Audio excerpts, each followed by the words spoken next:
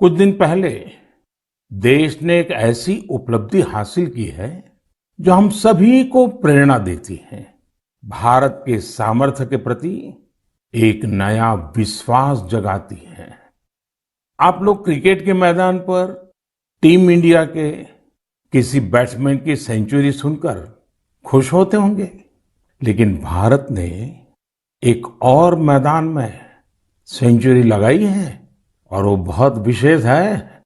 इस महीने 5 तारीख को देश में यूनिकॉर्न की संख्या 100 के आंकड़े तक पहुंच गई है। और आपको तो पता ही है, एक यूनिकॉर्न यानी कम से कम 7,500 करोड़ रुपए का स्टार्टअप। इन यूनिकॉर्न्स का कुल वैल्यूएशन $330 बिलियन यानी 25 लाख करोड़ रुपयों से भी ज्यादा है। निश्चित रूप से ये बात हर भारतीय के लिए गर्व करने वाली बात है। आपको यह जानकर भी हैरानी होगी कि हमारे कुल यूनिकॉर्न में से 44 पिछले साल बने थे। इतना ही नहीं, इस वर्ष के 3-4 महीने में ही 14 और नए यूनिकॉर्न बन गए। इसका मतलब यह हुआ कि ग्लोबल पैंडेमिक के इस दौर में भी हमारे स्टार्टअप्स वेल्थ और वैल्यू क्रिएट करते रहे। इंडियन यूनिकॉर्न्स का average annual growth rate USA, UK और अन्य कई देशों से भी ज्यादा है।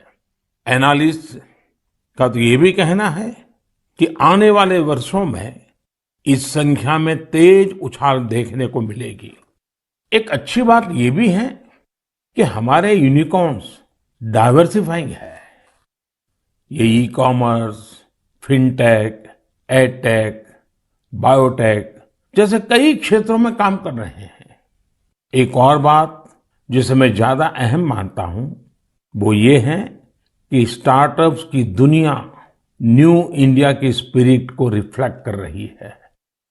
आज भारत का स्टार्टअप इकोसिस्टम सिर्फ बड़े शहरों तक ही सीमित नहीं है। छोटे छोटे शहरों और कस्बों से भी एंटरप्रेन्योर सामने आ रहे हैं।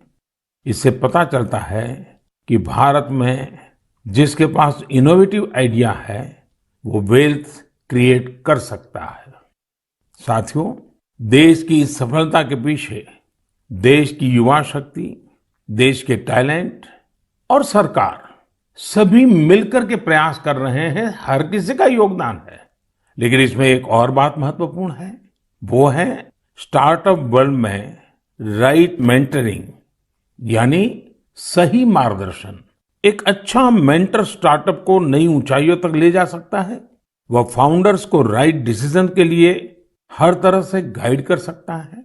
मुझे इस बात का गर्व है कि भारत में ऐसे बहुत से मेंटर्स हैं जिन्होंने स्टार्टअप्स को आगे बढ़ाने के लिए खुद को समर्पित कर दिया है।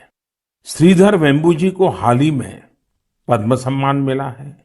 वह खुद एक सफल एंटरप्रेन्योर है, लेकिन अब उन्होंने दूसरे एंटरप्रेन्योर को ग्रूम करने का भी बीड़ा उठाया है। श्रीधर जी ने अपना काम ग्रामीण इलाके से शुरू किया है। वे ग्रामीण युवाओं को गांव में ही रहकर इस क्षेत्र में कुछ करने के लिए प्रोत्साहित कर रहे हैं। हमारे यहाँ मदन पड़ाकी जैसे लोग भी हैं जिन्होंने रूरल एंटरप्रेन्योर्स को बढ़ावा देने के लिए 2014 में वन ब्रिज नाम का प्लेटफॉर्म बनाया था। आज वन ब्रिज दक्षिण और पूर्वी भारत के 75 से अधिक जिलों में मौजूद है। इससे जुड़े 9,000 से अधिक रूरल एंटरप्रेन्योर्स ग्रामीण उपभोक्ताओं को अपनी सेवाएं उपलब्ध करा रहे हैं। मीरा शेनॉय जी भी ऐसी ही एक मिसाल है। वो रूरल, ट्राइबल और डिसेबल यूथ के लिए मार्केट लिंक स्किल ट्रेनिंग के क्षेत्र में उल्लेखनीय कार्य कर रही है। मैंने यहाँ तो कुछ ही नाम लिए हैं, लेकिन आज हमारे बीच मेंटर्स की कमी नहीं है। हमारे लिए यह बहुत प्रसन्नता की बात है कि स्टार्टअप्स के लिए आज देश में एक पूरा सपोर्ट सिस्टम तैयार हो रहा है।